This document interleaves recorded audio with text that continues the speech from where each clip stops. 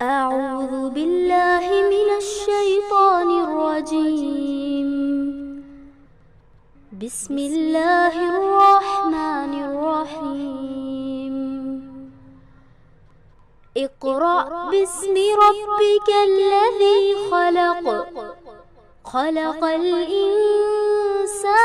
من علق. اقرأ وربك الأكرم. الذي علم بالقلم. علم الإنسان ما لم يعلم. أعوذ بالله من الشيطان الرجيم. بسم الله الرحمن الرحيم. رب اشرح لي صدري ويسر لي أمري واحلل عقدة من لساني يفقهوا قولي. ربي زدني علما ربي زدني علما ربي يسر ولا تعسر وتمم بالخير. اللهم ألهمنا رشدنا وأعذنا من شرور أنفسنا. اللهم ارزقني التفكر وتدبر بما يتلوه لساني من كتابك والفهم له والمعرفة بمعانيه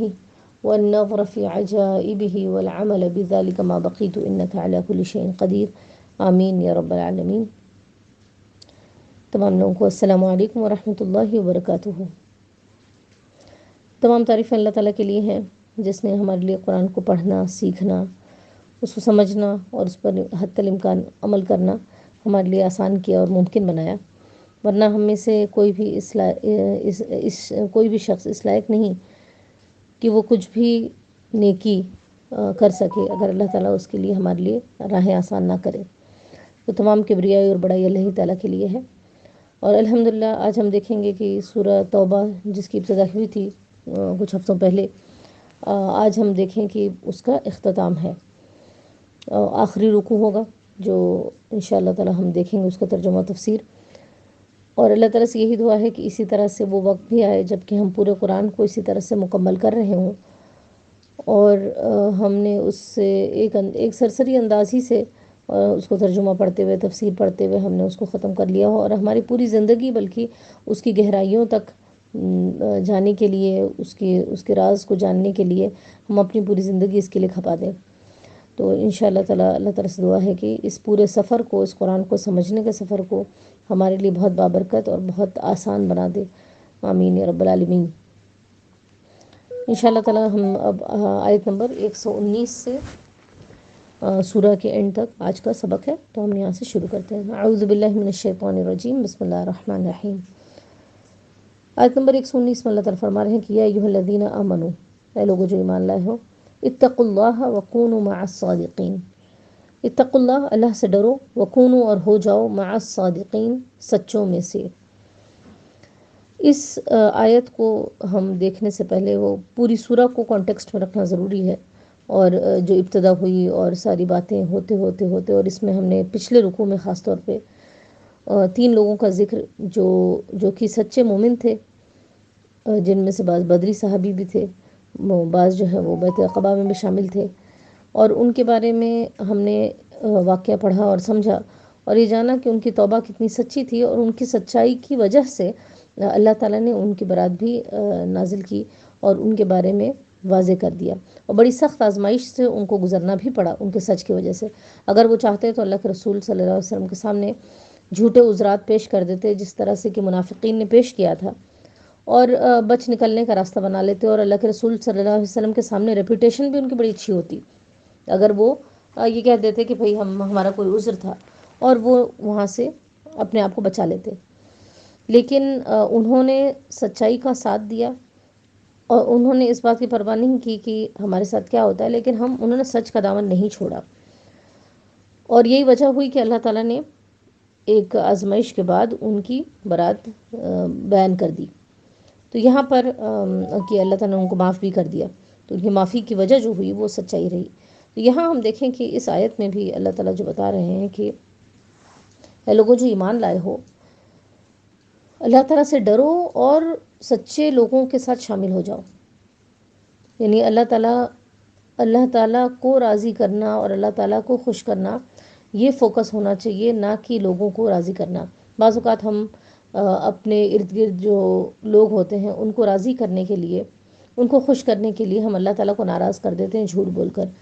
چھوٹی چھوٹی باتوں میں، عام طور پہ گفتگو میں، کہیں کوئی چیز کو ہم لوگوں کے سامنے اس لیے ظاہر کر رہے ہوتے ہیں، اپنے ٹیچرز ہوتے ہیں یا اپنے بڑے ہوتے ہیں یا اپنے بزرگ ہوتے ہیں یا خاندان کے کوئی بڑے بھی ہوتے ہیں، یا گھر والوں میں بھی محض صرف اپنی ریپوٹیشن کو بچانے کے لیے، ریپوٹیشن کو بنانے کے لیے، یا اپنی کوئی اہمیت جتانے کے لیے، یا ان سے قریب ہونے کے لیے کوئی ایسی جھوٹی بات کر دیتے ہیں اپنے متعلق جو کہ حقیقت نہیں ہوتی۔ تو یہاں پر دیکھیں کہ ان صحابہ کرام نے سچائی بیان کی، جس سے کہ یہ خدشہ تھا، یہ اندیشہ تھا کہ اللہ کے رسول ان سے وہ محبت نہ رکھیں جو کہ پہلے تھی، لیکن انہوں نے سچ کا ساتھ دیا۔ تو یہاں پر دیکھیں کہا جا رہا ہے کہ لوگوں کو ہم راضی کرنے کے لیے اللہ تعالیٰ کو ناراض نہ کریں۔ ہمارا فوکس یہ ہونا چاہیے کہ اللہ تعالیٰ سے اتقوا اللہ، اللہ تعالیٰ سے ڈرتے رہو۔ اللہ تعالیٰ کا ڈر ہی اصل ڈر ہے، لوگوں کا ڈر نہیں ہونا چاہیے ہمیں۔ ہمارے دنیا کے تمام معاملات میں جو بھی ہم کر رہے ہوں، ہمارا فوکس اگر یہ ہو جائے کہ اللہ تعالیٰ کا ڈر اور اللہ تعالیٰ کن چیزوں سے راضی ہے، اور لوگوں سے بے پرواہ ہو جائیں، تو اللہ تعالیٰ ہمارے معاملات کو بہترین انداز میں سنبھالتا ہے۔ اور پھر فرمایا وَكُونُوا مَعَ الصَّادِقِينَ، اللہ تعالیٰ سے ڈرنا ہے اور تم ساتھ رہو ان کے جو کہ سچے ہیں، اور سچائی کی بڑی اہمیت بتائی گئی ہے۔ یہاں پر ایک چیز کو غور کیا جائے، یہ کہا جا رہا ہے وَكُونُوا مَعَ الصَّادِقِينَ، سچوں کے ساتھ رہو، اس گروہ کے ساتھ، اس گروپ کے ساتھ جو کہ سچے ہیں۔ اس سے یہ بات بھی پتہ چلی کہ تنہا رہنے کو نہیں کہا گیا ہے، یہ کہا جا رہا ہے کہ ایسی جماعت کے ساتھ جڑ جاؤ، ایسے لوگوں کے ساتھ رہو جو سچے لوگ ہیں،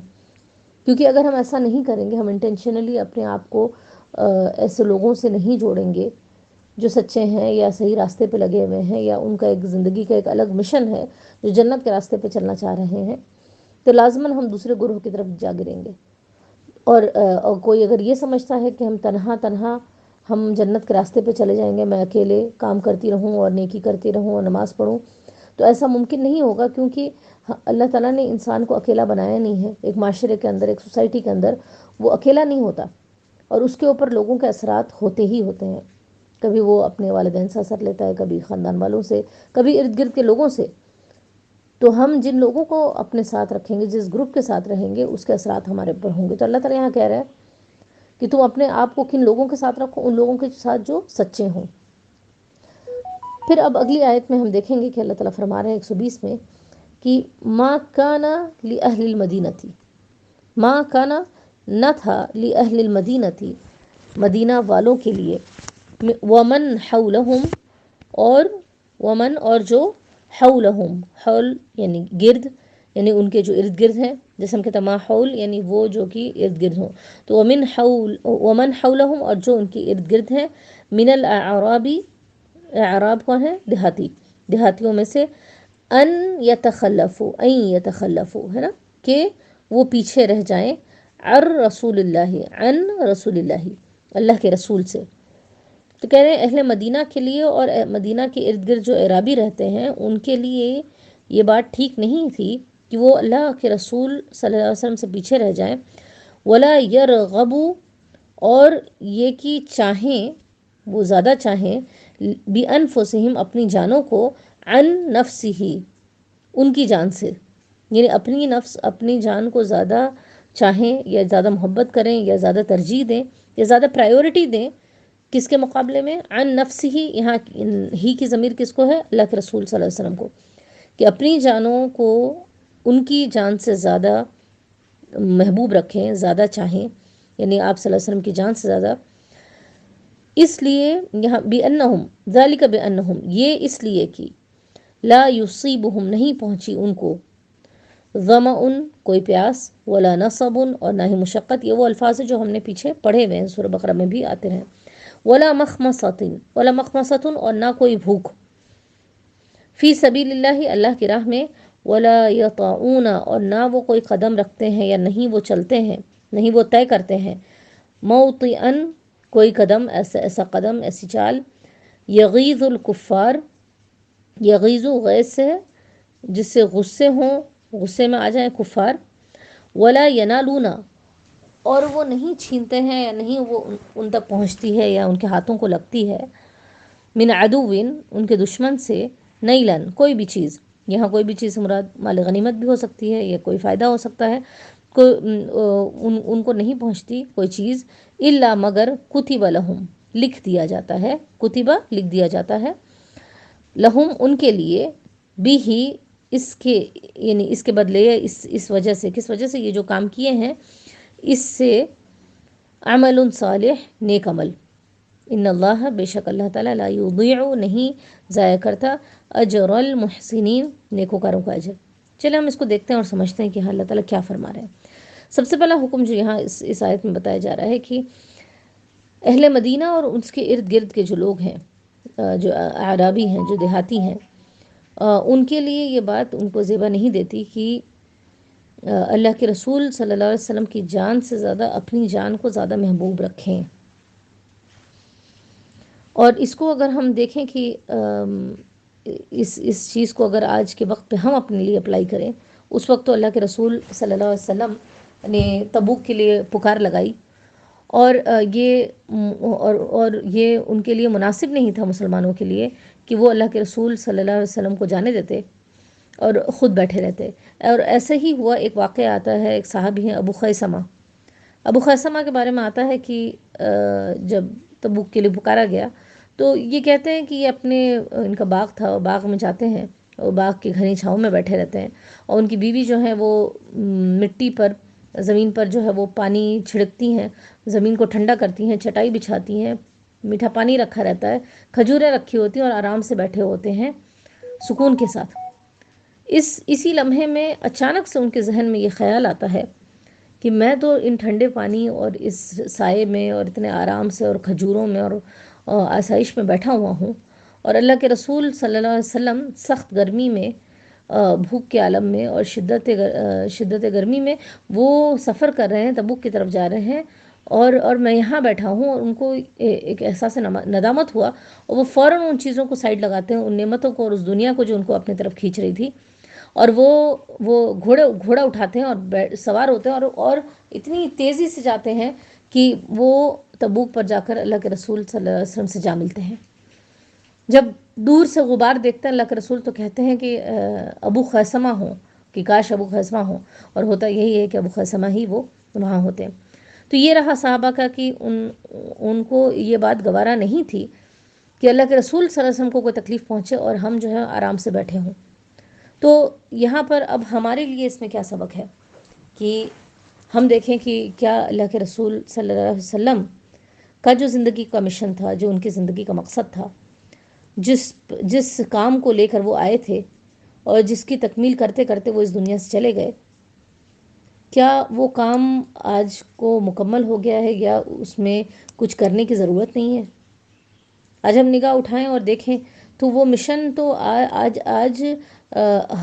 ہر جگہ اور ہر وقت یہ مطالبہ ہے کہ اس مشن کو کیا جائے جو اللہ کے رسول صلی اللہ علیہ وسلم لے کر آئے تھے، جو انہوں نے اپنی صبح شام جن چیزوں میں لگا دی، اس اللہ تعالیٰ کے دین کو لوگوں تک پہنچانے کے لیے، اس کے لیے جنگیں بھی لڑیں، اس کے لیے زخم بھی کھائے، اس کے لیے قربانیاں بھی دیں، اور یہ کام بغیر قربانی کے ہم تک نہیں پہنچا۔ تو ہم دیکھیں کہ یہ دین کا کام بغیر قربانیوں کے نہیں ہوتا، اور اس میں جس طرح سے کہ اللہ کے رسول صلی اللہ علیہ وسلم نے بہت ساری مشکلیں برداشت کی، اسی طرح سے، اور صحابہ کرام نے بہت ساری مشکلیں برداشت کی، اسی طرح سے ہمیں بھی یہ بات ہمارے لیے مناسب نہیں ہے کہ اللہ تعالیٰ کا دین تو بہت پیاسا ہو اور اللہ تعالیٰ کے دین اور لوگوں کو بہت ضرورت ہو، اور لوگ گمراہی کے میں بھٹک رہے ہوں، اور ہمارے پاس سولوشن ہے جو کہ اللہ کے رسول لے کر آئے تھے، اور ہمارے پاس وہ راستہ اور ہمارے پاس وہ طریقہ ہے جو دنیا میں اور آخرت میں انسان کو کامیاب کر سکتا ہے، لیکن ہم اس کے لیے کوئی جدوجہد نہ کریں، ہم لوگوں کو اللہ تعالیٰ کی پہچان نہ کروائیں، اور ہم بڑے عیش و آرام سے بیٹھے رہیں بغیر کسی قربانی کے، تو یہ اللہ کے رسول صلی اللہ علیہ وسلم کے مشن سے ہماری محبت نہیں ہے، بلکہ ہم اپنے نفس، ہم اپنے آسائشیں، ہمیں اپنا آرام، ہمیں اپنی روٹین، ہمیں اپنی ہابیز، ان کو ہم قربان نہیں کر پا رہے ہیں اگر اللہ کے رسول صلی اللہ علیہ وسلم کے مشن کے لیے۔ تو ہمیں اپنے آپ کو جانچنا ہوگا کہ کہیں ایسا تو نہیں کہ ان چیزوں کی محبت اور ہمیں اپنی نفس کی محبت اللہ کے رسول صلی اللہ علیہ وسلم سے کہیں زیادہ تو نہیں ہے، جبکہ اللہ کے رسول صلی اللہ علیہ وسلم نے بہت واضح الفاظ میں فرما دیا کہ لا یؤمن احدکم، تم میں سے کوئی حقیقت میں مومن نہیں ہو سکتا حتی اکون احب الیہ من والدہ وولدہ والناس اجمعین، یہاں تک کہ میں اس کے باپ، اس کی اولاد اور تمام لوگوں سے زیادہ محبوب نہ ہو جاؤں۔ اور ایک جگہ یہ فرمایا کہ تم میں سے کوئی شخص مومن نہیں ہو سکتا جب تک کہ اس کی خواہشات نفس اس چیز کے تبع نہ ہو جائے، اس چیز کے انڈر نہ ہو جائے جو میں لے کر آیا ہوں۔ یعنی ہماری خواہشات اللہ کے رسول صلی اللہ علیہ وسلم جو چیز لے کر آئے ہیں اس کے تحت نہ ہو جائے تب تک ہم مومن نہیں ہو سکتے۔ تو کہیں ایسا تو نہیں کہ ہمارا نفس ہمیں ایک طرف لے جا رہا ہو اور اللہ کے رسول صلی اللہ علیہ وسلم کی تعلیمات اور جو وہ لے کر آئے تھے وہ ایک طرف ہو۔ تو اس آیت کو پھر دیکھیں کہ ما کان لأہل المدینہ تھی ومن حولہم، نہ تھا مدینہ والوں کے لیے اور نہ ہی ان اعرابیوں کے لیے جو ان کے ارد گرد تھے، ان یتخلفوا عن رسول اللہ، کہ وہ پیچھے رہ جائیں اللہ کے رسول سے، ولا یرغبوا بانفسہم عن نفسہ، اور یہ بھی نہیں کہ وہ زیادہ چاہیں اپنی جانوں کے لیے ان کی جان سے زیادہ۔ اور پھر آگے بتایا جا رہا ہے کہ یہ سارا کرنے کا فائدہ کیا ہے اور کیوں کرے، یا ہمارے اندر اللہ تعالیٰ اس بات کی آمادگی پیدا کر رہے ہیں کہ یہ سارا کرنے میں جو تکلیف پہنچے گی، بات تو حقیقت ہے کہ اللہ تعالیٰ کے دین کے کام میں تکلیف پہنچے گی۔ ہم اللہ تعالیٰ کا دین سیکھنے آئیں یا اس کو پھیلانے آئیں، یا ہم کوئی بھی حکم پر عمل کریں گے، قرآن کے تمام احکامات پر عمل کرنے کی کوشش کریں گے، معاشرے میں ایک تبدیلی لانے کی کوشش کریں گے، تو یہ آسان تو نہیں ہوگا۔ تو کہتے ہیں کہ اب اس مشکلات میں جو کون سی مشکلات گنائی گئی کہ ذالک بانہم، یہ اس لیے کہ لا یصیبہم، نہیں پہنچی ان کو ظما، ان کوئی پیاس، نہ ہی کوئی مشقت اور نہ ہی کوئی بھوک، فی سبیل اللہ، اللہ کی راہ میں، ہے نا۔ تو یہ بھی حصہ ہوتی ہے اللہ تعالیٰ کی راہ میں، جب انسان جاتا ہے یہ بھوک پیاس اور مشکلات آئیں گی، اور نہ ہی وہ کوئی قدم رکھتے ہیں، کیسا بھی قدم جو کہ کفار کو غصے میں ڈال دے۔ تو اس سے یہ بھی پتہ چلا کہ اللہ تعالیٰ کی راہ میں نکلنا یہ بھی بہت ضروری چیز ہے، اور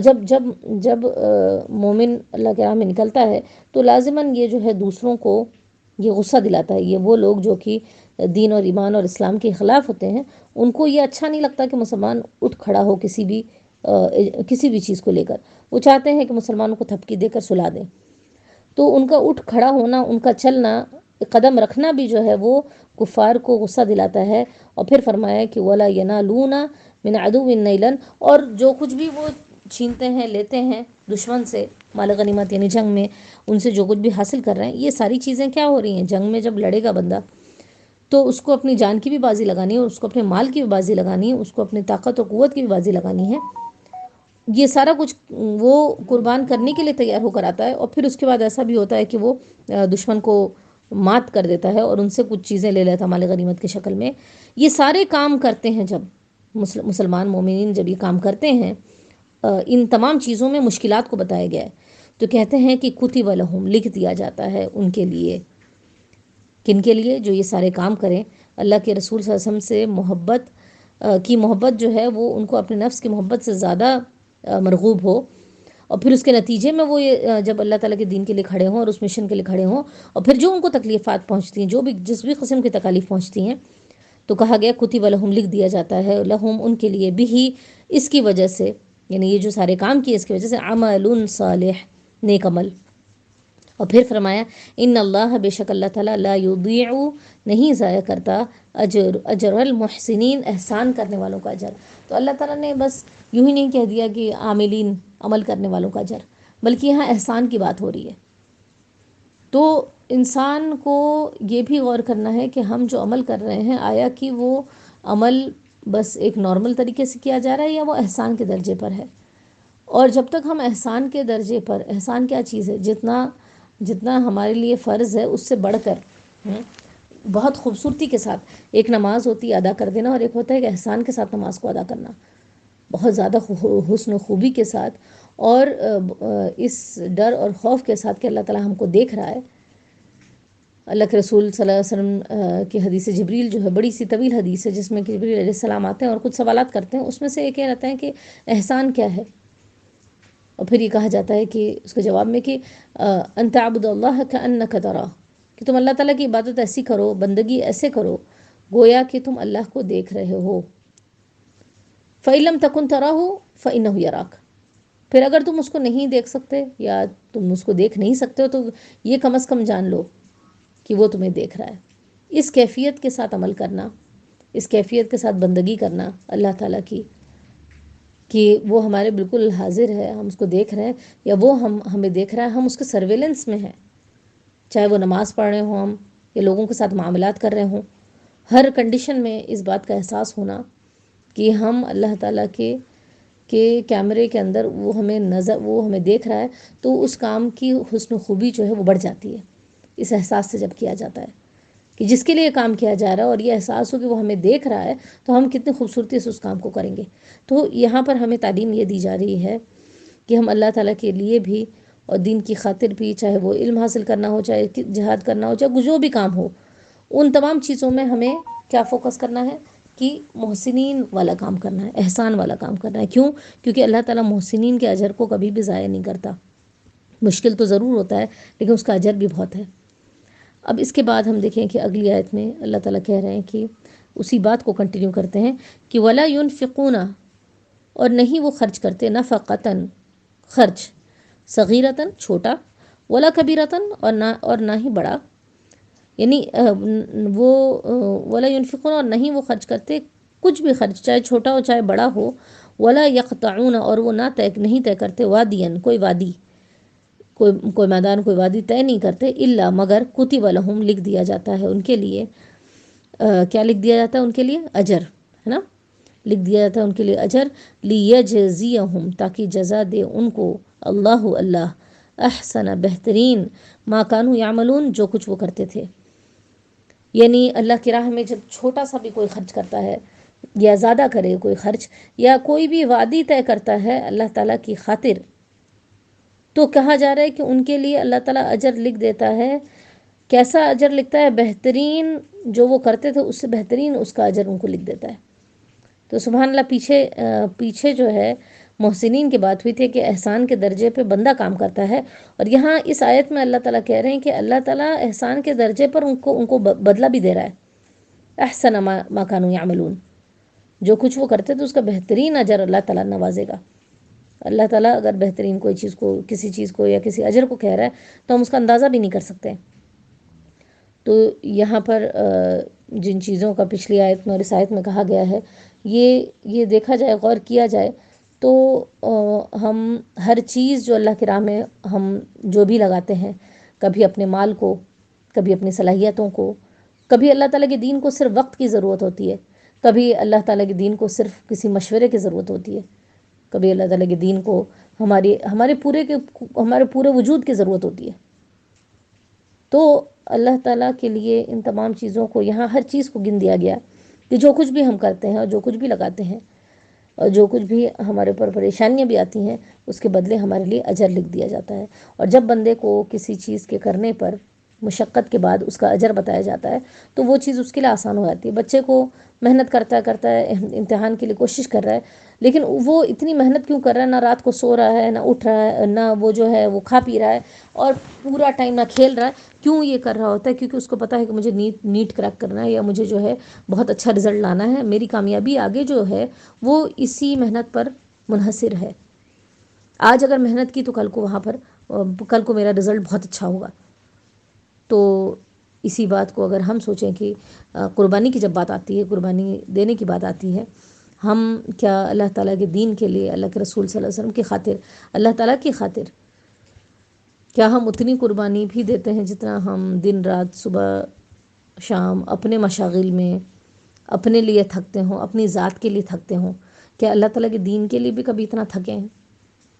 شادی بیاہ کا معاملہ آئے یا کوئی اور ہمارے دنیاوی معاملات آئیں تو ہم رات بھی جاگ لیں گے۔ اگر اللہ تعالیٰ کے دین کے لیے اگر 2 گھنٹے کی بھی بات آتی ہے تو ہمیں لگتا ہے کہ بہت کچھ ہم نے قربان کر دیا، حالانکہ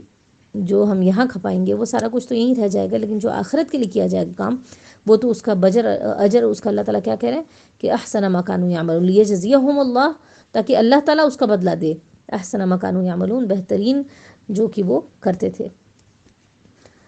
اس کے بعد اللہ تعالیٰ آیت نمبر 122 میں فرما رہے ہیں کہ وما کان لمؤمن، اور نہیں تھا مومنین، وما کان المؤمنون، اور نہیں ہے مومنین کے لیے، لینفروا کہ وہ نکل جائیں، کہ وہ کوچ کر جائیں، کافتن سب کے سب، یعنی مومنین کے لیے یہ بات یہ ضروری نہیں کہ سارے کے سارے جو ہے وہ نکل جائیں. اب کہاں نکلنے کی بات ہو رہی ہے؟ اس میں مفسرین کی دو رائے ہے. بعض یہ کہتے ہیں کہ جہاد کے لیے، اور اس کے بعد جو ہے آگے کا جو کانٹیکس دیکھا جائے تو اس کے اعتبار سے کچھ کے نزدیک یہ بات ہے کہ علم حاصل کرنے کی بات ہو رہی ہے. تو دونوں ہی کانٹیکسٹ اپنی جگہ صحیح ہیں. تو یہاں ہم دیکھیں کہہ رہے ہیں کہ وما کان المؤمنون، اور نہیں ہے مومنین کے لیے لینفروا کہ وہ نکل جائیں یا وہ کوچ کر جائیں، کافتن سب کے سب. فلو پھر کیوں ہے نا، پس کیوں، لا نہیں، نفرا کوچ کیا، پھر کیوں نہیں کوچ کیا، من کل فرقتن ہر گروہ میں سے، طائفتن ایک جماعت نے. تو فرقہ جو ہے ایک بڑا گروہ ہوتا ہے اور طائفہ ایک چھوٹا گروپ. تو یہاں اللہ تعالیٰ کہہ رہے ہیں کہ ایسا کیوں نہیں ہوا کہ ایک بڑے گروہ میں سے ہر بڑے گروہ میں سے کچھ لوگ نکلتے اور کیا کرتے، تفقہ ہے نا، سمجھ بوجھ پیدا کرنا، لیتفقہوا تاکہ وہ سمجھ حاصل کریں، پھر دین میں، ولیونذروا اور تاکہ وہ لوگوں کو ڈرائیں، وہ لوگوں کو خبردار کریں. کس کو؟ وہ خبردار کریں قومہم اپنی قوم کو، اذا رجعوا جب وہ واپس لوٹیں، الیہم ان کی طرف، لعلہم یحذرون تاکہ وہ بچتے رہیں، تاکہ وہ لوگ بھی بچ سکیں. تو یہاں کیا بتایا جا رہا ہے کہ جہاد کے تعلق سے بھی بات ہو رہی ہے کہ ہم دیکھیں کہ اللہ کے رسول صلی اللہ علیہ وسلم جب جہاد پہ جاتے، چاہے وہ بدر کا معاملہ تھا، بدر میں بھی ایسا نہیں تھا کہ سب کے لیے لازم تھا، بلکہ ایک فرض کفایہ کی کنڈیشن تھی. بعض اوقات ایسا ہوا کہ اللہ کے رسول نے سب سے کہا، جیسے تبوک میں ہوا. تبوک میں ہر مسلمان سے اس بات کا مطالبہ تھا کہ وہ جنگ میں شریک ہوں. تو یہ یہاں پر علماء یہ کہتے ہیں کہ فرض جہاد کو فرض کفایہ ہونے کے بارے میں یہاں بتایا جا رہا ہے. کچھ سچویشنز ایسی تھیں جہاں اللہ کے رسول نے سب سے ہی مطالبہ کیا. لیکن دوسری جو رائے ہے جہاں ہم یہ سمجھ رہے ہیں کہ علم حاصل کرنے کے تعلق سے ہو رہا ہے، یعنی علم کی گہرائی اور علم کا پورا ڈیٹیلڈ اور جتنا حاصل کرنا وہ فرض کفایہ کی شکل ہے کہ کچھ لوگ کم از کم ایسے ہونے چاہیے جو مومنین میں سے جو اس دین کے علم کو سیکھیں، آتے مدینہ میں آتے، مکہ میں آتے اور یہ دین کو پورے طریقے سے سمجھتے اور پلٹ کر اپنے لوگوں تک یہ بات پہنچاتے. اس کا کانٹیکسٹ اب دیکھیں کہ اس سورہ کو جیسے کہ ہم لوگوں نے جب اس سورہ کی ابتدا کی تھی اور بیچ میں بھی یہ باتیں آئی ہیں کہ یہ اللہ کے رسول صلی اللہ علیہ وسلم کی زندگی کا آخری دور تھا. بالکل 9 ہجری میں سورہ کا نزول ہوا ہے اور اس کے سال 1.5 سال بعد ہی اللہ کے رسول صلی اللہ علیہ وسلم کا انتقال ہو گیا ہے. اب ان کی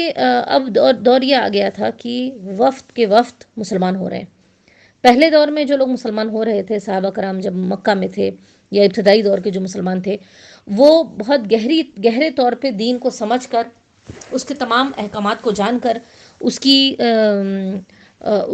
کا پیغام کیا ہے اور کیا مطلوب ہے،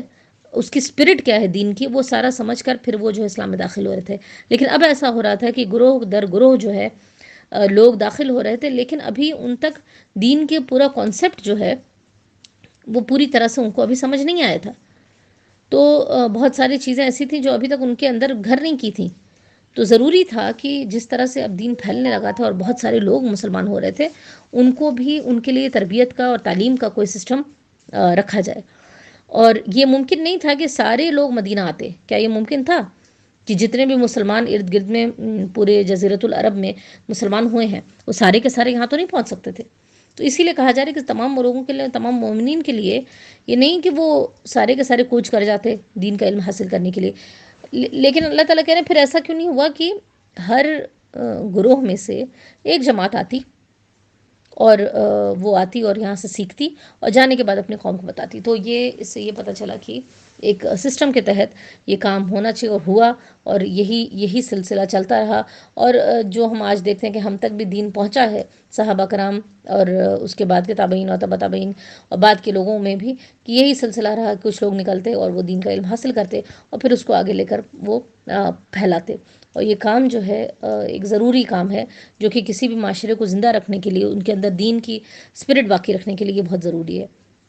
تو یہاں کہا جا رہا ہے کہ ایسا کیوں نہیں ہوا کہ ان میں سے کچھ لوگ پلٹ کر جاتے اور ان کو پھر دین کی تعلیم سکھاتے. اور یہ سارا بتانے کی بھی کیوں ضرورت پیش آ رہی ہے؟ ہم دیکھتے ہیں کہ پیچھے جو بدوؤں کا کچھ حال اور کچھ باتیں جو ہم لوگوں نے پچھلے رکوعوں میں پڑھی یا جو منافقانہ رویہ تھوڑا سا اختیار کیا گیا یا بدوؤں کی جو باتیں تھیں، وہ محض اسی وجہ سے تھی کہ ان کے اندر ابھی دین کی وہ سپرٹ پیدا نہیں ہوئی تھی، وہ دین کو اس طرح سے بھی سمجھ نہیں پائے تھے۔ بعض اوقات لوگوں سے غلطیاں اس لیے ہوتی ہیں کیونکہ ان کو علم نہیں ہوتا، یا ان تک وہ باتیں پہنچی نہیں ہوتی ہیں، وہ ابھی سمجھے نہیں ہوتے ہیں، تو اس چیز کو ختم کرنے کے لیے یہاں پر باتیں کی جا رہی ہیں۔ اگلی آیت ہم دیکھیں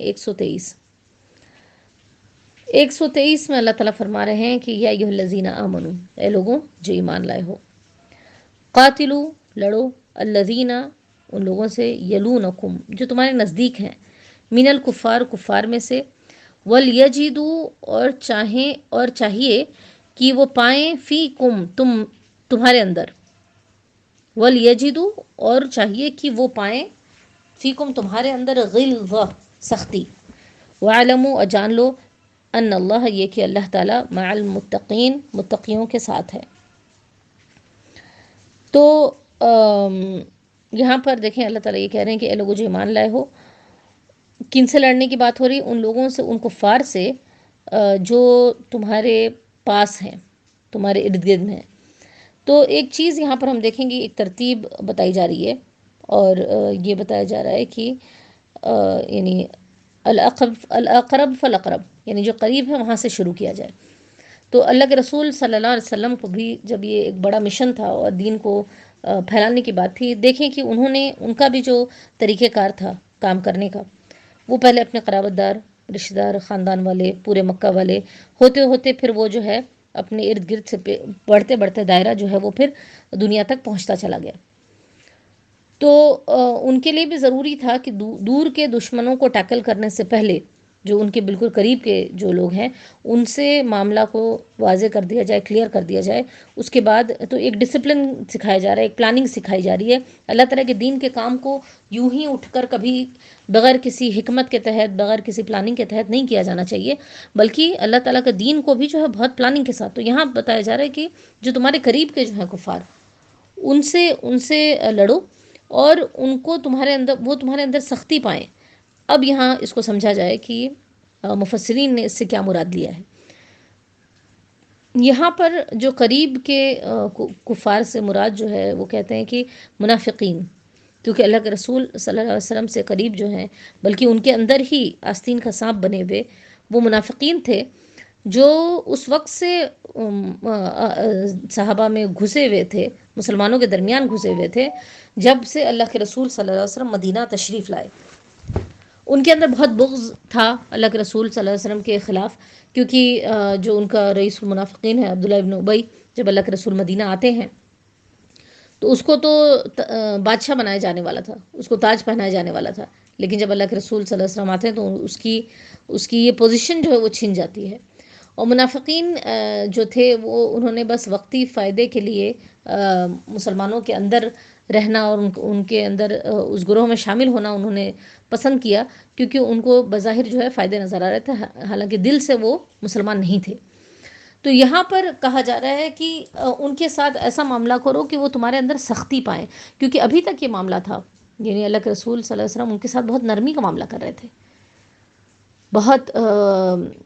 درگزر کا معاملہ ان کے ساتھ ہو رہا تھا۔ لیکن اب کہا جا رہا ہے کہ اب ٹائم یہ ہو چکا ہے کہ اب ان کو اپنے سے الگ کرنا تمہارے لیے ضروری ہے، اور دوسرا یہ کرنا ہے کہ ان کو یہ محسوس ہو، ان کو پتہ چلے کہ اب ان کے ساتھ وہ نرمی کا معاملہ نہیں کیا جائے گا جو ابھی تک کیا جا رہا تھا۔ لیکن اللہ تعالیٰ کہہ رہے ہیں وَاعْلَمُوا، اور جان لو، ان اللہ مع المتقین، یہ جان لو کہ اللہ تعالیٰ متقیوں کے ساتھ ہے، پرہیزگاروں کے ساتھ ہے۔ اللہ تعالیٰ یہ کیوں فرما رہے ہیں کہ اللہ تعالیٰ متقیوں اور تقویٰ کی بات کہاں سے آ گئی؟ اللہ تعالیٰ سے ڈرنے کی بات کیوں آ گئی یہاں پر؟ بات یہ ہے کہ ان کے ساتھ جو معاملہ کرنے کی بات آ رہی ہے، یا سختی کا جو معاملہ پیش آنے کی جو بات آ رہی ہے، اس کے متعلق یہاں دو باتیں ہو سکتی ہیں۔ ایک تو یہ کہ ان کے ساتھ سختی کرنے میں کہیں ایسا نہ ہو کہ کیونکہ وہ تمہارے جاننے والے ہیں، تمہارے ارد گرد کے لوگ ہیں، تمہارے رشتہ دار ہیں، تو تمہاری کوئی ذاتی کنیکشن، پرسنل ریلیشنز جو ہیں ان سے، اس کی وجہ سے تم ان کے ساتھ وہ معاملہ نہ کرو سختی کا جو اللہ اور اس کے رسول جو ہے تمہیں کہہ رہے ہو۔ تمہیں لگے کہ یہ ہمارے قریبی لوگ ہیں اور اللہ تعالیٰ نے ایسا کہہ دیا، لیکن ہم کیا کریں؟ تو اس میں اگر تم تساہل برتو یا اس میں تم نے نرمی دکھانے کی کوشش کی تو یہ تقویٰ کی روش کے خلاف ہوگا، اور اگر تم تقویٰ کے روش کے خلاف چلو گے تو اللہ تعالیٰ کا ساتھ تمہیں نہیں ملے گا، کیونکہ یہاں اللہ تعالیٰ کہہ رہے ہیں کہ ان اللہ مع المتقین، اللہ تعالیٰ کس کے ساتھ ہے؟ متقیوں کے ساتھ ہے۔ دوسرے معنی میں تقویٰ کی بات یہاں کیوں کہی جا رہی ہے؟ مفسرین یہ کہتے ہیں کہ دوسرے معنی میں ایک تو آپ کو کلیئر ہو گیا کہ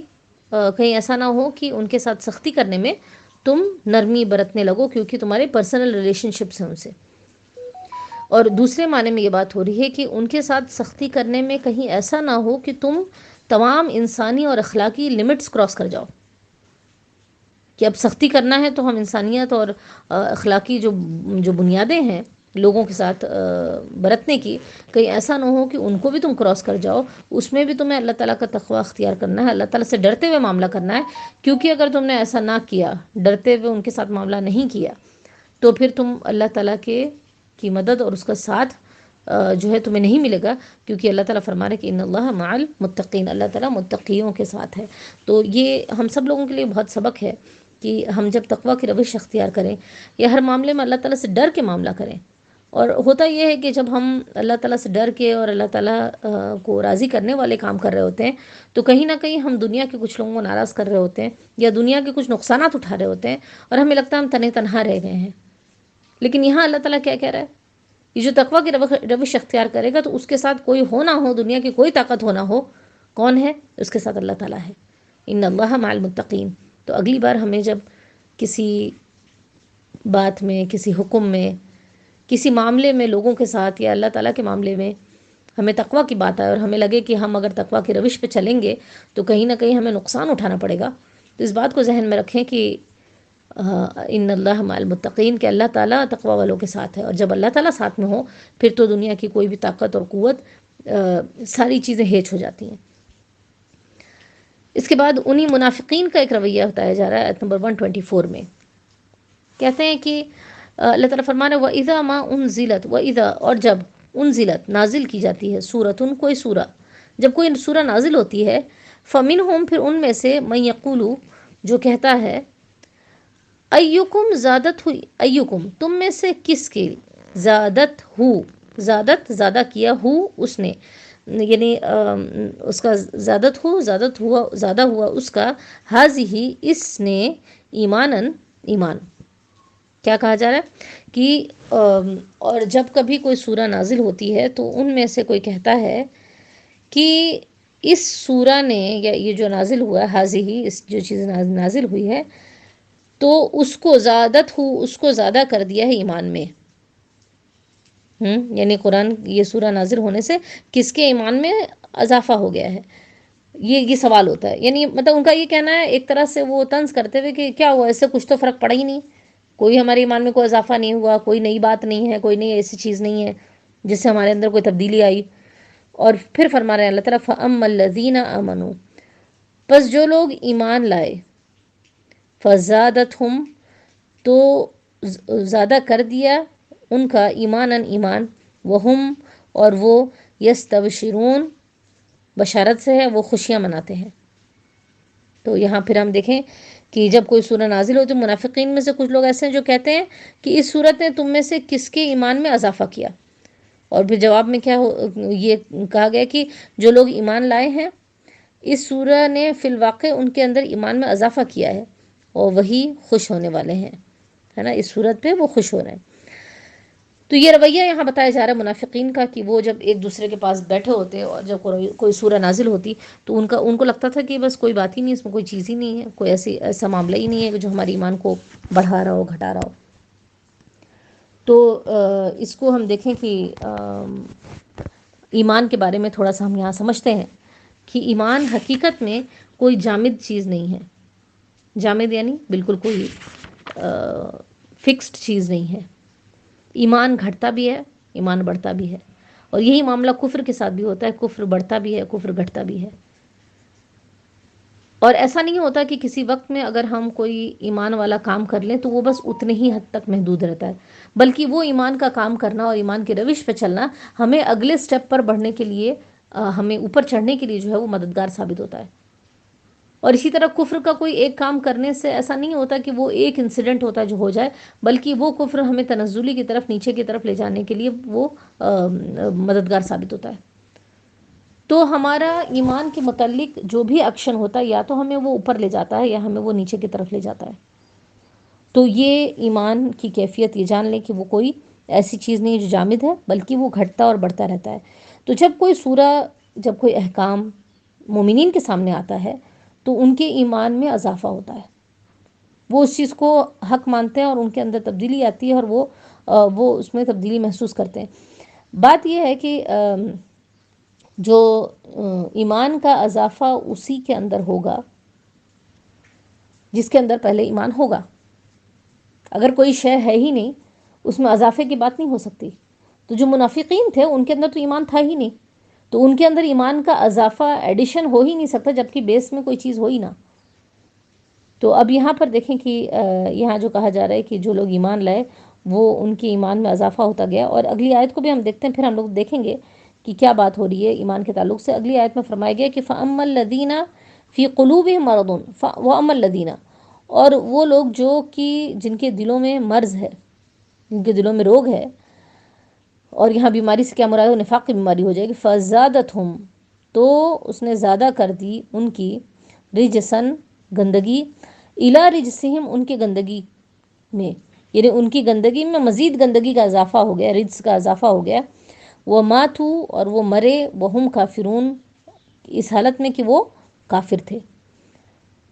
تو بیسیکلی نفاق پر موت ہونا، جو دل سے جو منافق ہے، وہ حقیقت میں یہاں بتایا جا رہا ہے کہ وہ مرے تو اس حال میں کہ وہ کفر تھا اور ان کے اندر کفر تھا اور وہ کافر تھے.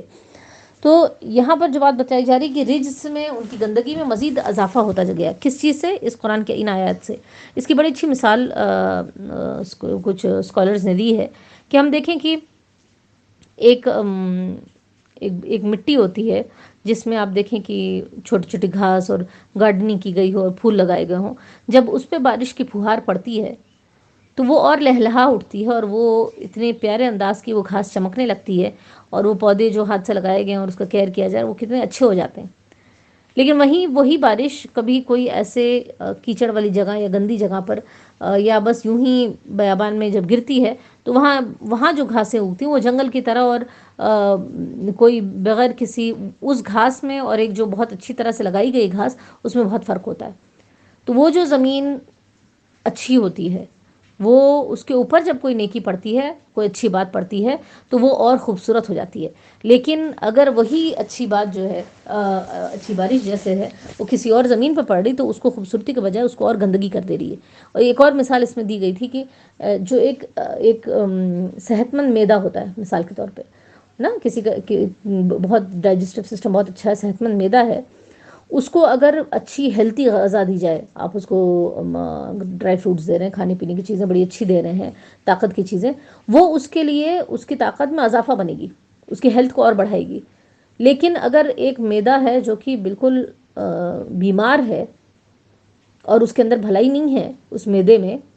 اور ہر طرح کی بیماریاں ہیں، اس کو اگر اتنی مرغن غذائیں یا اتنی بہت طاقت والی اور ہیوی غذائیں دی گئیں تو وہ اس کے لیے اس کی گندگی کا اور سبب بنتا چلا جائے گا، اس کی بیماری میں اور بڑھاوا بنتا جائے گا، ہے نا. تو یہ معاملہ ہے کہ ایک ایماندار شخص جس کے دل میں ایمان ہوتا ہے، اس کے اوپر جب قرآن کی آیتیں نازل ہوتی ہیں اور وہ جب قرآن کو پڑھتا ہے تو اس کے ایمان میں مزید اضافہ ہوتا ہے. اور اسی طرح سے جس کے دل میں مرض ہے، جس کے اندر ایمان پہلی جگہ ہے ہی نہیں، اس کے ایمان میں کس طرح سے اضافہ ہو سکتا ہے. اور اسی کے متعلق ایک حدیث ہے، عبداللہ ابن عمرو رضی اللہ عنہ سے مروی ہے کہ اللہ کے رسول صلی اللہ علیہ وسلم فرمایا کہ انہوں نے فرمایا کہ ایمان تمہارے دل میں ایسے ہی ہے جیسے ایمان تمہارے دل میں اسی طرح سے پرانا ہو جاتا ہے جس طرح سے تمہارے کپڑے پرانے ہو جاتے ہیں. ٹھیک ہے، تو کہتے ہیں کہ ایمان تمہارے اندر اسی طرح سے پرانا ہو جاتا ہے جس طرح سے کپڑے پرانے ہو جاتے ہیں. فَاسْأَلُوا اللَّهَ،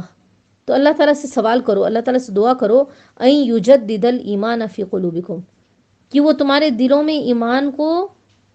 نیا کر دے، رینیو کر دے، اس کی تجدید کر دے. تو کپڑے جس طرح سے نئے کپڑے پرانے ہو جاتے ہیں، اسی طرح سے ایمان بھی پرانا ہو جاتا ہے.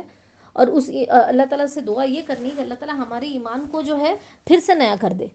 تو یہ ہمارے ساتھ، یہ ہمارے دل کے ساتھ کیفیت لگی ہوگی. کبھی ہم لگے گا کہ ہمارا ایمان بڑے کمال درجے کو پہنچ رہا ہے، بڑا اچھا ہو رہا ہے. کبھی ایمان میں بہت ہم لو فیل کریں گے لیکن اس بات کی فکر ہونی چاہیے کہ ہمارا ایمان اگر لو ہو رہا ہے تو ہم اس کو بڑھانے کے لیے کیا کریں. یہ قرآن سے قربت ہے، ان طرح کے مجالس ہیں، اس طرح کے لوگ ہیں کہ کیا کریں ہم کہ اپنے ایمان کو ہم نیا کر سکیں، اور اللہ تعالیٰ سے دعا بھی کریں اس چیز کے لیے. یہ صحیح حدیث ہے. اس کے بعد ہم دیکھیں کہ اللہ تعالیٰ انہی منافقین کے بارے میں کہہ رہے ہیں کہ الا یرونا، آیت نمبر 126 میں، کہ اولا یرونا، کیا وہ نہیں دیکھتے، انہم، کہ وہ یفتنون، وہ آزمائے جاتے ہیں، فی کل عام، ہر سال، فی کل عام، ہر سال، ہر سال میں، مرتن، ایک بار، او مرتین، یا دو بار، ثم، پھر، لا یتوبون، پھر وہ نہیں توبہ کرتے، پھر نہیں وہ پلٹتے، ولا ہم یذکرون، اور نہ ہی وہ نصیحت حاصل کرتے، نہ ہی وہ نصیحت پکڑتے ہیں. یہاں اللہ تعالیٰ منافقین کے متعلق ایک بات بتا رہے ہیں کہ ان سے کہا جا رہا ہے کہ کیا وہ نہیں دیکھتے کہ ان کو سال میں ایک یا دو بار جو ہے ضرور آزمایا جاتا ہے. تو یہ کس طرح کی آزمائش کی بات ہو رہی ہے کہ ان کو آزمایا جاتا ہے نا؟ یا تو اس میں مراد یہ ہے کہ کوئی آسمانی آفات جو ہوتی ہیں ان کے ذریعے منافقین کو آزمایا گیا، یا جسمانی بیماریاں اور تکالیف، یا غزوات کی شکل میں آزمائش، جنگیں جو ہوتی تھیں وہ بھی ان کے لیے آزمائش تھی، یا پھر اللہ تعالیٰ کوئی نہ کوئی حکم ایسا نازل کرتا جس سے کہ ان کا ایمان جو ہے وہ بالکل سامنے آ جاتا، ان کے ایمان کا جو کھوٹ تھا اس کا سامنے آ جانا. جنگیں بھی جب ہوتی تو اس میں بھی بڑا واضح ہو جاتا کہ آیا کہ یہ مسلمانوں کے ساتھ ہیں یا پھر یہ ان کا الگ ہی رویہ ہے، کیا اللہ کے رسول صلی اللہ علیہ وسلم اور دین اور ایمان ان کے لیے محبوب ہے یا ان کو اپنا جان بچانا. تو اس طرح کا معاملہ ان کے ساتھ ہوتا رہتا تھا، جہاں بار بار ان کے ایمان کو لوگوں کے سامنے ایکسپوز کیا جاتا تھا، ایکسپوز ہو جاتا تھا. وہ کب تک اپنے آپ کو چھپائے رکھیں گے؟ تو وہ چیزیں ایکسپوز ہو جاتی. تو اللہ تعالیٰ یہ کہہ رہے ہیں کہ وہ نہیں دیکھ رہے ہیں کہ یہ معاملہ ان کے ساتھ ہر سال ہوتا رہا ہے. اب جا کر اتنی رخصت کے بعد اب یہ کہا جا رہا ہے کہ ان کے ساتھ سختی کرو. تو تمہیں تو اتنی بار معاملات ہوتے رہے اور یہ چیزیں ہوتی نہیں تمہارے ساتھ، ہر سال تمہیں آزمایا جاتا، جنگوں کے ذریعے، جنگوں میں بھی واضح ہو جاتا اور آزمائشوں میں بھی واضح ہو جاتا، تکالیف پہنچتی تو ان کے اوپر مصیبت ہو جاتی. جنگ تبوک میں جانے کی بات آئی تو کیا تھا ان کا رویہ کہ نہیں ہماری فصلیں ابھی اگنے والی، قحط کا دور ہے، ہم بہت گرمی ہے. یہ سارے عذرات جو ہیں وہ ان کے دل کی کیفیت کو سامنے رکھ رہے تھے. پھر مزید انہی کے بارے میں ذکر ہو رہا ہے. وہ کہتے ہیں کہ وَإِذَا مَا أُنزِلَتْ سُورَةٌ، پھر وَإِذَا مَا، اور جب، انزلت، نازل ہوتی، اتر جاتی، سورتن، کوئی سورہ، نظر، دیکھتا ہے، بعضهم، ان میں سے بعض، ان میں سے کوئی، الی بعض، دوسرے کی طرف. کہتے ہیں کہ جب کوئی سورہ نازل ہوتی ہے تو وہ ایک دوسرے کی طرف دیکھتے. تو ہوتا یہ تھا کہ جب کوئی سورہ نازل ہوتی تو لوگوں کو اکٹھا کیا جاتا اور بتایا جاتا کہ اللہ کے رسول صلی اللہ علیہ وسلم خطبہ دیتے اور بتاتے کہ یہ سورہ نازل ہوئی ہے. تو یہ لوگ پہنچ تو جاتے اس مجلس میں جہاں اللہ کے رسول صلی اللہ علیہ وسلم سورہ کے متعلق بتا رہے ہیں، پہنچ تو جاتے، لیکن دل میں ایمان تو تھا نہیں. اور پہنچتے اس لیے کیونکہ وہ اپنا نام جو ہے وہ مسلمانوں کی لسٹ میں اٹینڈنس ان کو لگوانی ہوتی تھی کہ ہم اگر نہیں پہنچیں گے تو پھر معاملہ کیا ہے کہ ہمارے ایمان پہ شک ہو جائے گا، لوگوں کو پتہ چل جائے گا منافق ہے. تو پہنچ تو جاتے لیکن بہت ہی بدیل ناخواستہ بیٹھتے، ان کا دل نہ چاہتا، نہ وہ سننا چاہتے، نہ وہاں ٹھہرنا چاہتے. تو کہتے ہیں کہ وہاں ان کا رویہ کیا ہوتا کہ وہ ایک دوسرے کو نظروں میں دیکھا کرتے، ہے نا. یہ جب کوئی دو لوگ، یہ جو نظروں میں جو دیکھنے کی بات ہوتی ہے وہ کیا ہوتا ہے کہ دو لوگ جو ایک سوچ، ایک فکر، ایک مائنڈ سیٹ والے ہوتے ہیں وہی نظروں میں جو ہے، نگاہوں میں وہ گفتگو کرتے ہیں. تو وہ ان کا مائنڈ سیٹ ہی الگ تھا. وہ اللہ کے رسول صلی اللہ علیہ وسلم کے پاس اس لیے بیٹھے ہی نہیں تھے کہ ان کی باتوں کو سنیں اور سمجھیں اور اپنے اندر جذب کریں. اور صحابہ کرام کا یہ حال ہوتا کہ نئی سورہ نازل ہوتی تو وہ اس کو اپنے اندر جذب کرنے اور عمل کرنے کے لیے وہ لیتے. تو کہتے ہیں کہ وَإِذَا مَا أُنزِلَتْ سُورَةٌ، اور جب اترتی کوئی سورہ، نَظَرَ بَعْضُهُمْ إِلَى بَعْضٍ، ان میں سے بعض کو دیکھتے، هَلْ يَرَاكُمْ، کیا دیکھتا ہے، مِنْ أَحَدٍ، تمہیں کوئی، ثُمَّ انصَرَفُوا، پھر کہتے ہیں کہ ثُمَّ انصَرَفُوا، پھر وہ پھر جاتے. یعنی وہ ایک دوسرے کو دیکھتے اور اس طرح سے اشارہ کرتے کوئی دیکھ تو نہیں رہا تمہیں، ہے نا، کوئی تمہیں دیکھ تو نہیں رہا ہے. بات نگاہوں میں یہ باتیں کر لیتے کہ کوئی دیکھ نہیں رہا تو چلو اب یہاں سے نکل چلتے ہیں. تو پھر وہاں سے ثم انصرفوا، پھر وہاں سے پھر نکل چلتے. صرف اللہ قلوبہم، اب اللہ تعالیٰ کیا کہہ رہے ہیں کہ وہ بھاگ نکلے نا، وہ اللہ کے رسول کی مجلس میں نہیں رہنا چاہے، وہ وہاں سے پھرنا چاہے. تو اللہ تعالیٰ کہہ رہے ہیں کہ صرف اللہ تعالیٰ نے پھیر دیا قلوبہم ان کے دل کو، بِأَنَّهُمْ بوجہ اس کے کیونکہ وہ قوم ایسی قوم تھی لا یفقہون جو سمجھ نہیں رکھتے تھے. کیونکہ وہ سمجھ نہیں رکھتے تو اللہ تعالیٰ نے ان کے دلوں کو پھیر دیا، جس طرح سے وہ وہاں سے پھر کے چلے گئے. سمجھ نہیں رکھتے تھے کیا مراد؟ یعنی بیوقوف لوگ تھے، یا ان کو عقل ہی نہیں تھی، یا ان کو دنیا چلانے کا ڈھنگ نہیں تھا. بات یہ نہیں ہے. کس چیز کی سمجھ نہیں رکھتے تھے؟ ان کو اس بات کی سمجھ نہیں تھی کہ حقیقت میں ان کی کامیابی، ان کی بھلائی انہی باتوں میں ہے جو اس قرآن میں نازل ہوئی ہیں. حقیقت میں فائدہ اسی میں ہے جو اللہ کے رسول صلی اللہ علیہ وسلم لے کر آئے ہیں. آج ہم دیکھیں کہ ہم اپنے آپ کو بہت عقل مند، بہت ہوشیار، ہم مسلمانوں کو دیکھ لیں، ہے نا، ہم سمجھتے ہیں کہ بڑے ویل ایجوکیٹڈ اور بہت کچھ پتہ ہے. لیکن ہمیں لگتا ہے کہ ہماری کامیابی اور ہمارا اس دنیا میں کامیاب ہونا یا آخرت میں بھی جو بھی ہے، وہ کامیابی کیا ہے؟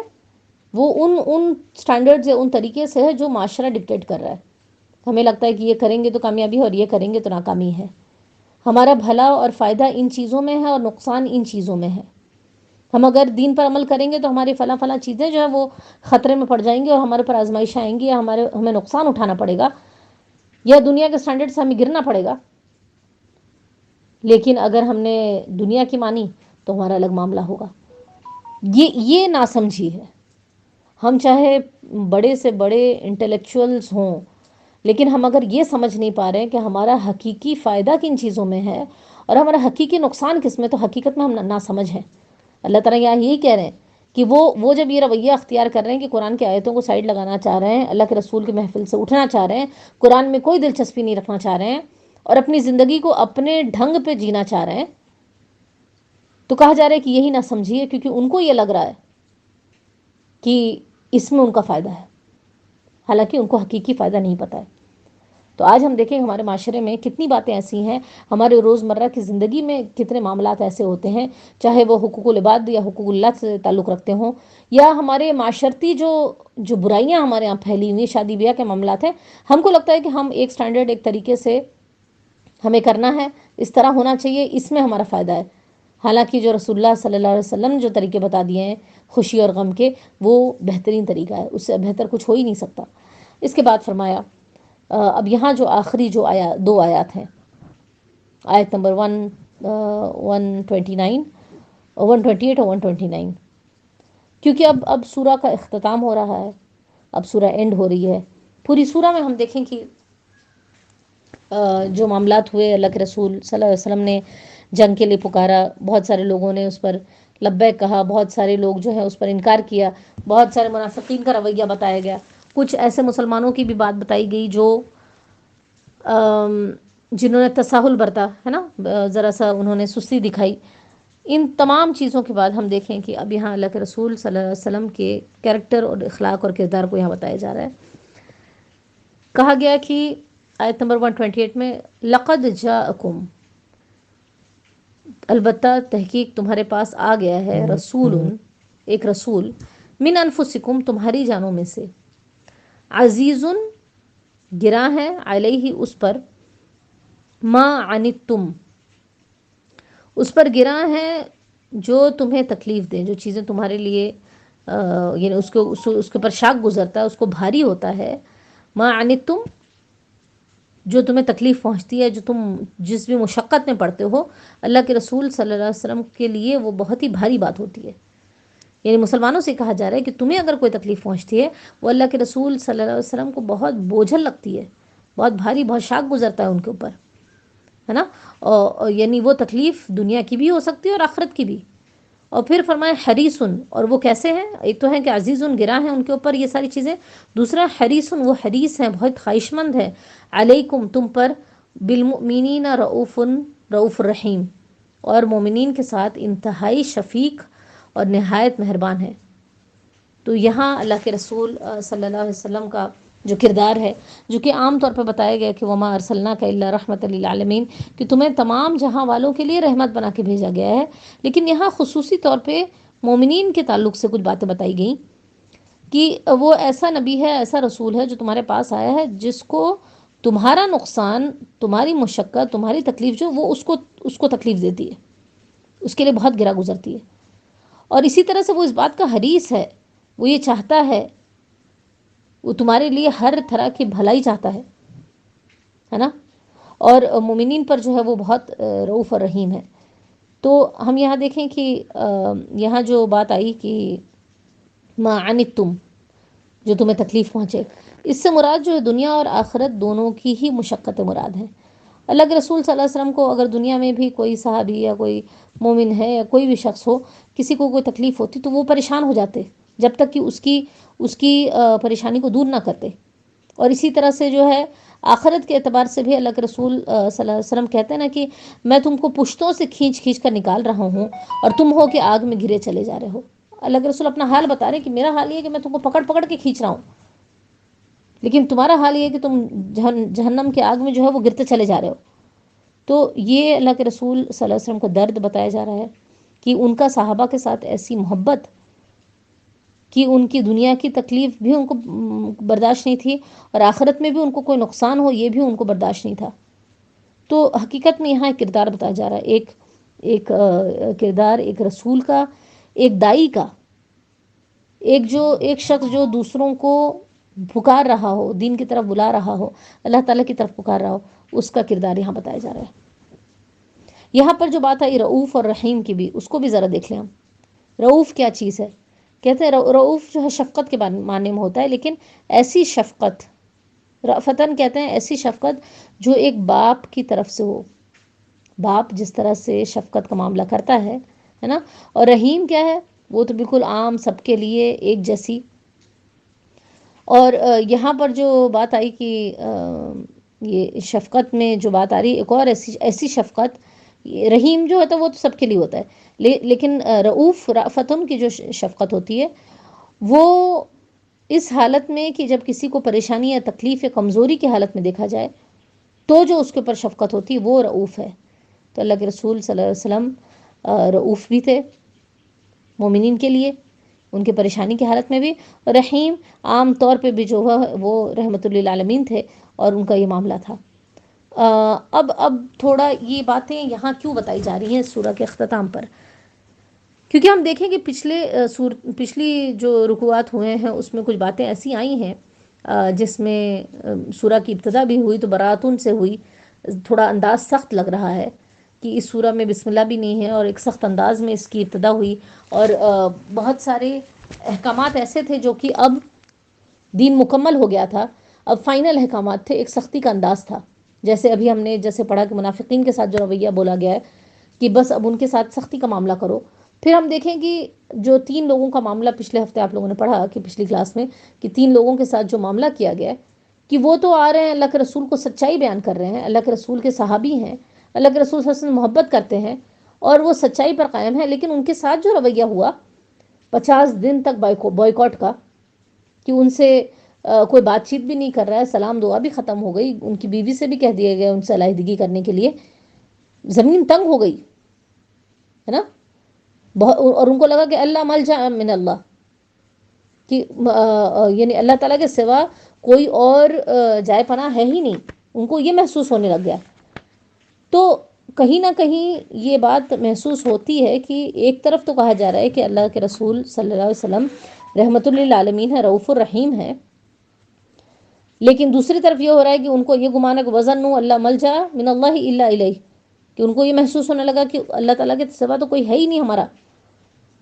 تو یہاں یہ بات پتہ چل رہی ہے کہ اللہ کے رسول صلی اللہ علیہ وسلم محبت تو کرتے تھے، شفقت کرتے تھے، جو بھی انہوں نے رویہ اختیار کیا وہ بھی محبت کا ہی تھا، وہ ڈسپلن پیدا کرنے کی بات تھی. صحابہ کرام میں ایک ڈسپلن بھی ہونا چاہیے، ان کو اپنی غلطیوں کا بھی احساس ہونا چاہیے، اور اسی طرح سے جو ہے ان کے ساتھ جو ہے یہ رویہ اس لیے اختیار کیا گیا ان کی تربیت کے لیے. تو محبت اور شفقت کا یہ مطلب نہیں ہوتا کہ سامنے والے کو ہر وہ چیز کرنے دیا جائے جو وہ چاہتا ہے نا. جس طرح سے یہاں شفقت، باپ کی شفقت کی بات آ رہی تو باپ بھی یہ دیکھتا ہے کہ کیا چیز میرے بچے کے لیے فائدہ مند ہے اور کیا نقصان دہ ہے. ایسا نہیں ہوتا کہ ہر وہ چیز جو اس کا مطالبہ ہو یا ہر وہ چیز جو وہ کرنا چاہ رہا ہو اس کو کرنے دیا جاتا ہے. اگر بچے کا اسکول جانے کا دل نہیں بھی چاہ رہا ہے تو بھی اس کو زبردستی کہا جاتا ہے کہ یہ تمہارے لیے فائدہ مند ہے، یا کوئی ایسی چیز سے اگر وہ کھیل رہا ہے چاقو یا کسی چیز سے تو اس کو کھیلنے نہیں دیا جاتا اور اس سے چھین لیا جاتا ہے، خواہ وہ بچہ کتنا ہی روئے، کیونکہ باپ کو یہ پتا ہے کہ اس کی شفقت اس بات میں، وہ رأفتن کی بات یہ ہے کہ وہ اپنے بچے کو نقصان نہیں پہنچنے دینا چاہتا۔ اسی طرح اللہ کے رسول صلی اللہ علیہ وسلم اور اللہ تعالیٰ نے بھی جو ہمارے لیے بہت سارے احکامات اور بہت سارے قاعدے اور قوانین مقرر کیے ہیں، جس کو کہ ہم اپنے لیے مشکل سمجھ رہے ہیں، ہم کہتے ہیں کہ دین اسلام بہت آسان ہے، لیکن کچھ چیزیں ہم جن کو مشکل سمجھ رہے ہیں، حقیقت اگر اس کے ہم جان لیں تو ہمیں یہ احساس ہو جائے گا کہ یہ سارا کچھ ہمارے ساتھ اللہ تعالیٰ کا اور اللہ کے رسول صلی اللہ علیہ وسلم کا شفقت کا ہی معاملہ ہے جو ہمارے ساتھ کر رہے ہیں۔ تو یہاں پر کہا جا رہا ہے کہ ان کے لیے ساری چیزیں بڑے شاق گزرتی ہیں، وہ بہت افسوس میں ہوتے ہیں، وہ بہت ان کے لیے بھاری ہوتی ہے جب مومنین کو کوئی تکلیف پہنچتی ہے۔ اور پھر فرمایا کہ فَإِن تَوَلَّوْا، آخری آیت ہے، پھر اگر وہ منہ موڑ لیں، لوگوں سے کہا جا رہا ہے کہ پھر بھی اگر لوگ منہ موڑ لیں، فَقُلْ حَسْبِيَ اللَّهُ، تو کہہ دیجئے کہ میرا اللہ میرے لیے کافی ہے، لا الہ الا ہو، نہیں ہے کوئی الہ سوائے اس کے، علیہ توکلت، میں نے اسی پر توکل کیا، وَهُوَ رَبُّ الْعَرْشِ الْعَظِيمِ، اور وہ رب عرش عظیم کا، وہ رب ہے عرش عظیم کا۔ یہاں یہ بھی کہا جا سکتا ہے ربی اللہ، میرا رب اللہ ہے، لیکن یہاں عرش عظیم کا رب کیوں کہا جا رہا ہے؟ یعنی اللہ تعالیٰ تو وہ ذات ہے، وہ رب ہے جو پورے کائنات پہ اس کا اختیار اور اقتدار ہے، پورا کنٹرول ہے، اور بھروسہ اسی پر کیا جا سکتا ہے جس کے ہاتھ میں پورا کنٹرول ہے۔ ہم پیچھے اگر مثال دیکھیں کہ کعب بن مالک کا اور جو دونوں صحابی تھے ان کے ساتھ، ان کا کیا معاملہ تھا؟ انہوں نے توکل کیا اللہ تعالیٰ پر، پورا کل توکل جو ہے وہ اللہ تعالیٰ کی ذات پر کیا اور سچ بول دیا، اور پھر سارا معاملہ اللہ تعالیٰ کے ہاتھ میں چھوڑ دیا۔ تو یہاں پر ہم دیکھیں کہ ہم بھی جب دنیا کی زندگی میں جتنی بھی باتیں ہم نے یہاں بھی جو دیکھی اور قربانیوں کی بات ہوتی ہے یا اللہ تعالیٰ کے دین کے لیے کھڑے ہونے کی بات ہوتی ہے، تو وہاں پر توکل اس ذات پر کیا جائے جس کے ہاتھ میں سب کچھ ہے۔ ہم بھروسہ اس پر نہیں کر سکتے جس کے ہاتھ میں کچھ بھی نہیں اختیار، لیکن اللہ تعالیٰ کون ہے؟ جو رب عرش عظیم کا مالک ہے۔ یہاں پر جو پچھلی آیت میں الحمدللہ یہاں سورہ کا اختتام ہوا، چند باتوں کو ہم لوگ دیکھ لیتے ہیں۔ پچھلی آیت میں بھی جو بات آئی کہ اللہ کے رسول صلی اللہ علیہ وسلم کے رؤوف الرحیم کی جو بات آئی، تو یہ اسی طرح کا معاملہ ہے کہ جب اللہ کے رسول صلی اللہ علیہ وسلم جب مکہ میں داخل ہوتے ہیں فاتح مکہ ہو کر بن کر، اور اس وقت لوگ ڈرے ہوتے ہیں کہ پتہ نہیں ہمارے ساتھ کیا معاملہ ہوگا، کیونکہ زندگی بھر لوگوں نے مخالفت کی اللہ کے رسول کی، ان کے ساتھ جنگیں کی، صحابہ کرام کو شہید کیا، اب وہ ڈر رہے ہیں کہ اب ہمارے ساتھ کیا ہوگا۔ اور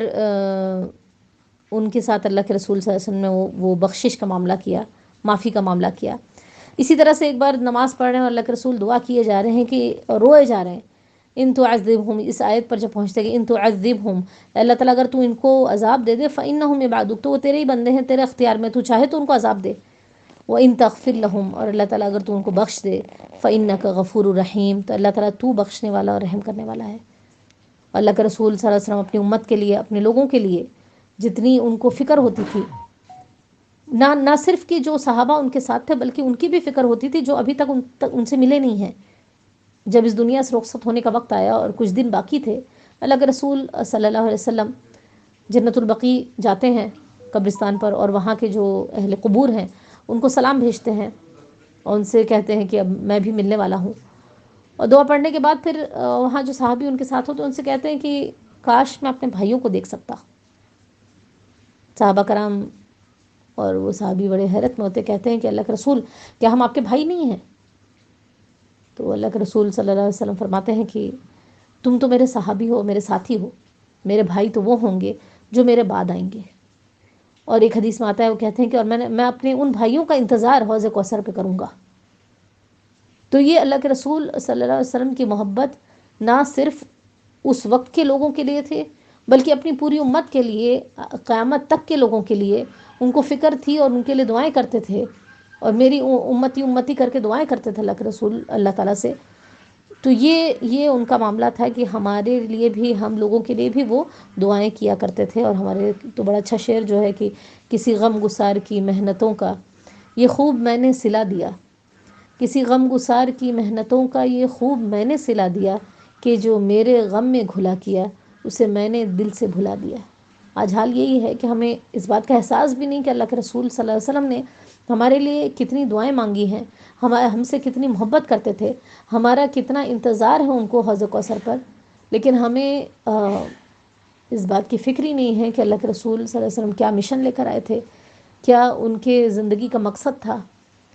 کیا کن چیزوں سے ان کو محبت تھی، کن چیزوں سے ان کو کراہیت تھی۔ تو ہم سب لوگوں کا بھی یہ کام ہے کہ اس کو ہم تلاش کریں اور دیکھیں۔ اور اسی طرح سے اس سورہ کا جو ایک ابھرتا ہوا موضوع تھا، اور جو اس کی سورہ کا نام بھی اگر ہم دیکھیں گے توبہ، اور توبہ کے متعلق جو ہے بہت ساری آیات ہم نے دیکھی پیچھے، اور اس میں ہم دیکھیں کہ اللہ تعالیٰ کہتے ہیں نا کہ الم یعلموا ان اللہ یقبل التوبۃ عن عبادہ، کہ کیا وہ جانتے نہیں کہ اللہ تعالیٰ اپنے بندوں سے توبہ قبول کرتا ہے۔ تو کیونکہ اس سورہ میں مشرکین سے بھی خطاب رہا، منافقین سے بھی، مرتد لوگ جو تھے جو دین سے پھر گئے تھے، سستی کرنے والوں سے بھی، نیک مومنین سے بھی، ہے نا۔ تو یہ کہ اللہ تعالیٰ نے توبہ کا جو کہا گیا ہے کہ وہ توبہ ہر سٹیج پہ، ہر لائف کے کسی موڑ پر بھی، چاہے کسی گناہ پر بھی ہو، کچھ بھی ہو، توبہ کے دروازے کھلے ہوئے ہیں، اور اللہ تعالیٰ سے ہمیں توبہ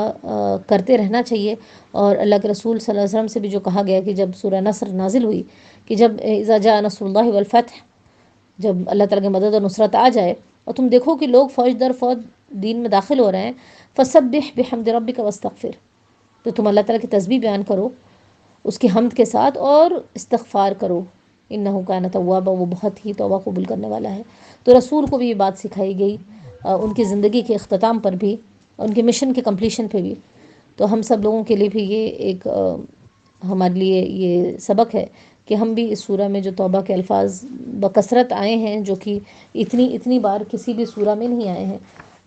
تو ہم بھی اس سے سبق لیں، اور انشاءاللہ تعالیٰ اپنی زندگیوں میں توبہ اور استغفار کا معمول جو ہے وہ بنا لیں۔ چھوٹی غلطی ہو، جس قسم کی بھی غلطی ہو، احساس ہو، فوراً ندامت کے ساتھ اللہ تعالیٰ کے سامنے رجوع کریں، اور اس یقین کے ساتھ کہ اللہ تعالیٰ ہمارے گناہوں کو معاف کرنے والا ہے۔ وآخر دعوانا الحمد للہ رب العالمین، سبحان اللہ بحمدہ، سبحانک اللہم بحمدک، نشہد ان لا الہ الا انت، نستغفرک ونتوب الیک۔ اللہ تعالیٰ سے دعا ہے کہ اللہ تعالیٰ ہمیں اس قرآن سے ہماری زندگیوں کو سنوار دے، اللہ تعالیٰ ہمارے گناہوں کو اس قرآن کی تعلیمات سے مٹا دے، اللہ تعالیٰ ہمیں اس قرآن کو پڑھنا، سیکھنا، سمجھنا ہمارے لیے آسان کر دے، ہمیں اس قرآن کو صبح اور شام ہم اس کی تلاوت کریں، اللہ تعالیٰ ہمیں اس بات کی توفیق عطا فرما، اللہ تعالیٰ جو کچھ بھی ہم نے اس میں سیکھا اسے ہمیں یاد رکھنے والا بنا دے، اور جو کچھ بھول گئے ہیں اسے ہمیں یاد کروا دے۔ اللہ تعالیٰ ہم تجھ سے ہر طرح کی آفات اور پریشانی اور مصائب سے پناہ مانگتے ہیں۔ اللہ تعالیٰ ہم ہر اس بھلائی کا سوال کرتے ہیں جو آپ صلی اللہ علیہ وسلم نے کی ہیں، اور ہر اس شر سے پناہ مانگتے ہیں جو آپ صلی اللہ علیہ وسلم نے پناہ مانگی ہے۔ اور اللہ تعالیٰ جو لوگ بھی اس قرآن کو پڑھ رہے ہیں اور سمجھ رہے ہیں اور تیرے راہ پہ چلنے کی کوشش کر رہے ہیں، اللہ تعالیٰ ان کی ہر نیک جائز خواہشات کو تو ہم سے بہتر جانتا ہے، اس کو تو قبول فرما، اور ہر پریشانی اور غم اور تکلیف جو ان کے راستے میں ہے اس کو تو دور فرما۔ اللہ تعالیٰ ہمیں اللہ کے رسول صلی اللہ علیہ وسلم کے مشن پر چلنے کی توفیق عطا فرما، اس کے مشن کو لے کر آگے بڑھنے والا بنا دے، ہمارے لیے دنیا کے چھوٹ جانے کا غم چھوٹا کر دے،